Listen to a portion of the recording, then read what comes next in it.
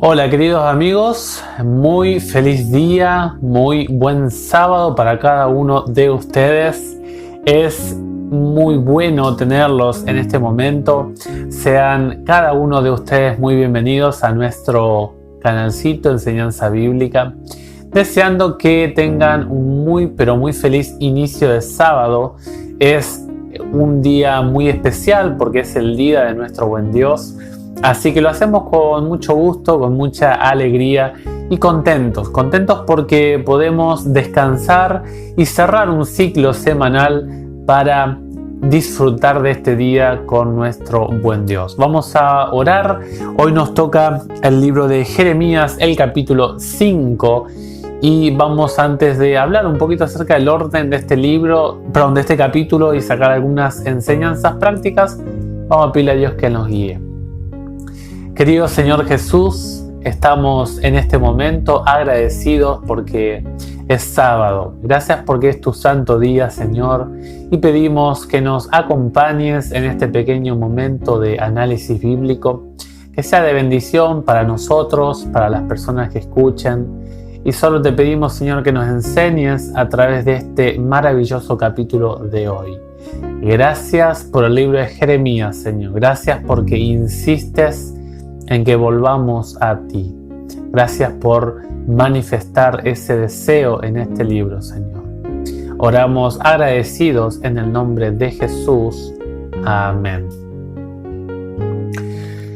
El capítulo de hoy, yo les voy a dar podríamos tener un cuarto paso, pero en principio son 3 pasos que podemos percibir en este capítulo, el número 5. Y el tema central del capítulo es ¿por qué Dios permite o anuncia el futuro cautiverio de Judá? Ese es el tema central del capítulo. ¿Cuáles son las razones de el por qué Dios dice ustedes van a pasar por manos de Babilonia? Bueno, el capítulo se divide en 3, o si quieren ustedes una cuarta, que ahora les cuento. 3 columnas podríamos decir, y si lo desean una cuarta. La primera es que Dios realiza un examen al pueblo. Dios realiza un análisis, un escrutinio del comportamiento, de la actitud del pueblo. Luego hay una respuesta del pueblo ante cómo Dios cómo Dios declara el examen del pueblo, cómo Dios evalúa al pueblo. Y finalmente hay una sentencia que se dicta. Y podríamos hacer un cuarto, es una contrarrespuesta que hace el pueblo ante esta sentencia que Dios dicta. Eso podríamos agregarlo también si ustedes quisieran, pero yo me quiero concentrar en estos 3 pasos. Primeramente, Dios examina la actitud del pueblo. Luego, ante ese examen, el pueblo reacciona y da una respuesta. Puede ser una respuesta nueva o ya manifiesta. Y luego hay una sentencia que Dios dictamina. Les voy a dar los textos. Dios, en el versículo 1, 7 al 9, los versos 19 al 22, los versículos 26 al 28 y el versículo 31. Todos estos textos que ustedes van a tener para después mirarlo en el video, hablan acerca de cómo Dios evalúa al pueblo. Por ejemplo, en el versículo 1, claramente Dios tiene un modus operandi. Dios jamás emite un juicio y ni mucho menos aplicar la sentencia dictada en ese juicio sin antes hacer una investigación a quienes va a llamar a juicio. Por eso, antes de dictar una sentencia a Dios, por ejemplo en Adán y Eva, antes de ser expulsados y los castigos que recibió el varón, la tierra, la mujer y la serpiente, antes Dios llama. ¿Dónde estás?, le dice a Adán y Eva, ¿no? Ven y habla conmigo. ¿Qué has hecho? Y cuando Adán y Eva están ahí, Dios le pregunta, ¿qué hicieron? Ustedes analicen este modus operandi de Dios, que Dios jamás emite un juicio o una sentencia sin antes hacer una investigación minuciosa. Y cuando en la investigación se halla culpable, se dictamina la sentencia. Y luego de que se dictamina la sentencia, se ejecuta la sentencia. Por ejemplo, Dios en el versículo 1 dice: «Oh Jeremías, busca en el pueblo si existe un hombre, una persona justa». No en el sentido de perfección, porque nadie, el apóstol Pablo dice que no hay justo ni aun uno. Allí en Romanos 3 dice: no hay nadie que practique el bien. Todos hablamos cosas feas, hacemos pecaminosas actitudes, comportamientos, ¿no? Lo que está hablando Dios es quien busca el amparo de la justicia divina, de la moralidad de Dios, gracias al Cordero de Dios que toma mi lugar y ahora Él es o Él se transforma en mi justicia. La justicia suya ahora se hace mía. Dios le dice a Jeremías: Jeremías, fíjate si encuentras uno. Y este tipo de análisis numérico, por así decirlo, que hace Dios, lo hizo en el jardín del Edén, cuando habla tanto con el varón como con la mujer, así también con el animal o la naturaleza que quedó sometida al pecado. Así también habló en los tiempos de Noé, por ejemplo. Allí Génesis 6:9 dice: y Noé halló gracia a los ojos de Dios. O sea, un solo hombre halló gracia en los ojos de Dios. Y solamente su familia, y no habla de la justicia de la familia, habla solamente de Noé. Y por Noé Dios incorpora a su familia. A su vez, en los tiempos de Abraham y Lot, ¿se acuerdan cuando iba a destruir Sodoma y Gomorra? Allí Génesis 18. Es interesante la charla que tiene Abraham con Dios, una charla sumamente basada en la gracia divina, en la justicia y en la misericordia de Dios. Empieza con un número de 50 y baja a 45. Señor, si hay 45 justos, ¿vas a destruir a esa ciudad? No voy a destruir. Y empieza así a regatear, por así decirlo. Abraham empieza como a bajar los números y solamente estaba la familia de Lot, y hasta la familia de Lot había sido contaminada, su esposa y sus 2 hijas. Es tremendo. O sea, el justo era solamente Lot. Y allí Jeremías en este capítulo dice: bueno, Señor, vamos a empezar a investigar. Fui a la gente pobre y bueno, los laicos, y sí, claro, Señor. La respuesta del pueblo, ¿no? En el versículo 2, era que ellos hipócritamente, de manera presuntuosa, o sea, reclamaban la promesa de Dios, siendo que ellos estaban actuando de manera indebida e incorrecta. Cuando uno hace mal las cosas y en ese mal accionar aún reclama la promesa de Dios, es presunción. Es como Satanás cuando tentó a Jesús, ¿se acuerdan? Lánzate, porque escrito está: Él mandará a sus ángeles que te guarden, ¿no?, en todos tus caminos. Pero estaba actuando bajo un mandato bíblico erróneo el adversario de Dios. Quitó la parte de en sus caminos, o sea, cuando ando en la voluntad del Señor. Si Jesús se tiraba, andaba en contra de el principio de cuidado de Dios, andar en sus caminos. Es decir, que aquí el pueblo claramente se manifiesta la presunción. Y dice: bueno, los pobres está bien, la plebe, allá en el pueblo de Israel estaba la clase rica y la pobre. Bueno, está bien, ellos quizás no saben tanto, pero ahora vamos a la clase rica, a la clase más preparada, a los teólogos, a los pastores. También los pastores, los sacerdotes estaban en la misma línea.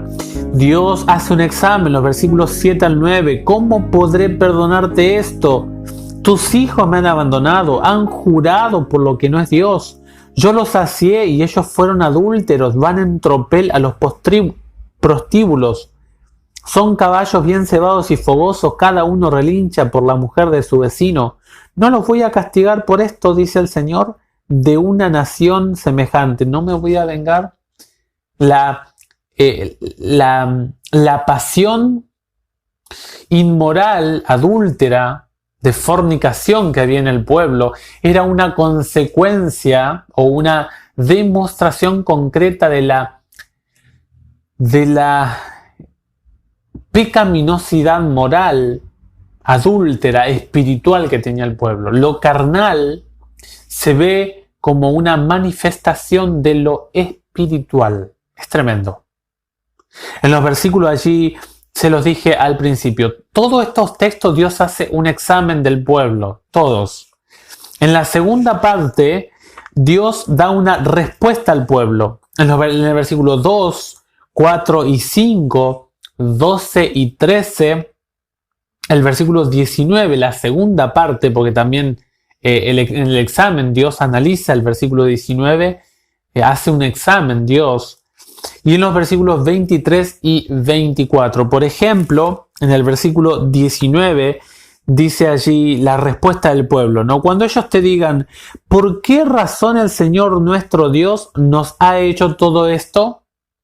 Ahí está la respuesta del pueblo. Dios le dice, miren, van a ser llevados cautivos, la nación que viene es una nación lejana, una lengua desconocida, una nación de una trayectoria histórica muy, muy extensa. Él les va a consumir el pan, el trigo, todas las cosechas a ustedes, va a aprovecharse todos sus bienes de producción agrícola que tienen ustedes. Esa nación va a acabar con ustedes. ¿Y por qué? Va a decir el pueblo. Bueno, ahora Dios le va a responder, ¿no? Así como ustedes me han abandonado y han servido en su propio país a dioses extraños, así servirán a extranjeros en un país que no es el de ustedes. Entonces, en todos estos versículos que les acabo de dar van a ver ustedes la respuesta del pueblo. ¿Qué dice el pueblo ante el examen de Dios? Estos textos son muy, pero muy interesantes. Por ejemplo, en el versículo 23, este pueblo tiene un corazón rebelde e indócil, se han apartado y se han ido. Una de las características de este pueblo es el abuso de la misericordia de Dios. Noten el versículo 12 y 13, dice, ellos renegaron del Señor, o sea, se pasaron para otro tipo de culto. Dice, no nos pasará nada malo, no veremos ni la espada ni el hambre. Los profetas no son más que viento y no está en ellos la palabra del Señor. Dice, Él no cuenta. Él es como si no existiera. Eso es un abuso de la gracia. Dios me va a perdonar, Dios es bueno, como piensan muchos. Yo voy a seguir mi pecado porque Dios es amor. Él no puede maltratar a sus hijos. Eso es muy, muy interesante de este capítulo. Habla acerca de los líderes, ¿no? Los líderes allí estuvimos viendo en el versículo 5. Me dirigiré a los grandes y les hablaré. Ellos sí que conocen el camino del Señor, el derecho de su Dios. Pero también ellos han quebrado el yugo, han roto las ataduras. Es tremendo. Van a encontrar ustedes en los versículos, por ejemplo, 12 y 13, van a encontrar que el pueblo responde como lo que estuvimos viendo recién. Se declara que los profetas no son más que viento, o sea, hablan y no pasa nada. Por eso, dice el versículo 14, yo voy a poner en tu palabra, ahí está la sentencia, la tercera sección, ¿no? Voy a poner en tu palabra palabras como si fueran fuego, y el pueblo va a ser la leña, y esto se va a incendiar. La sentencia de Dios está en los versículos 3, 6, 10 y 11, 14 al 18, el versículo 25 y los versículos 29 y 30. Por ejemplo, en el versículo 29 y 30 Dios dice, ¿no los voy a castigar por esto? Palabra del Señor, de una nación semejante, ¿no me voy a vengar? ¿No tengo que hacer justicia ante una nación que actúa de esta manera? Sí, dice, es algo espantoso, horrible lo que sucede en el país. Los profetas profetizan falsamente y los sacerdotes dominan a su arbitrio. Y a mi pueblo le gusta que sea así. Le decían lo que el pueblo deseaba oír. ¿Se acuerdan allí en 2 de Timoteo 3, 1 al 5? El apóstol Pablo habla de que vendrán hombres malos, que aborrecen lo bueno, desobedientes, ¿no? Amadores del placer. Y describe que el apóstol escribe a Pablo que no amarán la sana doctrina, no querrán oír la sana doctrina, sino que le va a causar comezón de oír, dice la Biblia. Los profetas le predicaban al pueblo lo que el pueblo quería escuchar. Por eso Jeremías le decían, ¿vos de qué lado estás? ¿Vos estás de nuestro lado o estás del lado de los babilonios? No nos podés traer profecía mala. Este es un rebelde, es alguien que está en contra. Este tiene que ser aniquilado. Pero Dios le dijo a Jeremías, habla que yo estaré contigo.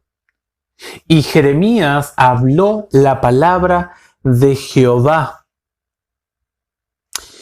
Y es interesante que allí había un desorden social, dicen los versículos 26 y 27, que así se hace alusión, ¿no? A como hay como si fuera una jaula, ¿no? Hay hombres que están presos por otros hombres. Dice en el versículo 27, como una jaula llena de pájaros, así están sus casas llenas de engaño. Por eso se hacen poderosos y ricos. Si ustedes creen que el explotar al pobre y hacerse rico por el disgusto del pobre es nuevo, quiero decirle que eso viene desde que nació el pecado. ¿Y cómo es esto de tender trampas, atrapar a los hombres? Bueno, mediante asesinatos, mediante persecuciones injustas, mediante la coima judicial, mediante la estafa en los negocios. Hoy en día podríamos hablar de la trata de blancas, la droga, la venta, la difusión del consumo pornográfico que hoy en día existe, hombres que negocian con otros hombres. Mi pueblo, dice, es un pueblo que no me teme. Allí en el versículo 22 Dios dice, pongo límite al mar. El mar no pasa a las arenas. El mar, la naturaleza, respeta mis sentencias, mis dictámenes, y mi pueblo, el ser humano, no lo hace. Pasaba como en los tiempos de Noé. En Génesis 7, los animales entraban. Los animales obedecían la voz de Dios. Los seres humanos se habían vuelto peor que una bestia bruta. En otras palabras, aquí no me gusta esta palabra, ¿no? Pero en esta versión dice pueblo estúpido, ¿no? Y sin inteligencia, pero la palabra estúpido significa alguien que es necio, alguien que es sin sesos, alguien que no tiene entendimiento. Qué terrible de que lo describe el versículo 26. En mi pueblo hay hombres malvados. Dice en el versículo 24, 25, Dios nos daba todo. Dios nos daba la lluvia, Dios nos daba lo que nosotros necesitábamos. Qué tremendo este capítulo de hoy. Y finaliza el texto en el versículo 38, ¿no? Jeremías no solamente miraba el presente, sino que Jeremías miraba el futuro de Judá. Los profetas falsos solamente le predecían un presente, pero Jeremías le lanza la pregunta escatológica diciéndole, pero ¿qué harán ustedes al final? Cuando esto se acabe, cuando todos tengamos que ir a la presencia de Dios, y aquí entramos un poquito en las lecciones. Cuando nosotros tengamos que ir a la presencia de Dios, queridos amigos, queridas amigas, ¿qué vamos a hacer? Dice el apóstol Pablo en 2 Corintios 5:10 que es necesario que todos vayamos al juicio de Dios. La justicia humana no sirve. No es que había justicia en el ser humano, sino que nadie aceptaba la oferta de justicia que Dios impartía a toda la humanidad en el pueblo. Líderes y laicos son responsables de conocer las verdades bíblicas de Dios, queridos amigos. El laico, como tenía menos conocimiento, no era que no era culpable, sino que tenía, de acuerdo a su nivel de conocimiento teológico, espiritual, era evaluado de acuerdo a ese nivel. Pero los líderes se les esperaba mayor responsabilidad porque tenían mayor luz. En el versículo 19, el abandono espiritual sería terrible llegar a esta situación que llegó el pueblo. Qué paradoja el versículo 22, ¿no? La naturaleza escucha a Dios, pero el ser humano no quiere saber nada de Dios. Qué tremendo. Ojalá que podamos meditar. Les dejo los textos ya para que ustedes lo puedan leer, meditar. Si miran con esta visión el capítulo, van a sacar grandes enseñanzas y les va a servir mucho. Nosotros en nuestro canal les mandamos un abrazo. Que el Señor les bendiga ricamente. Gracias por apoyarnos diariamente. Gracias por estar aquí y es realmente con mucho gusto que lo hacemos.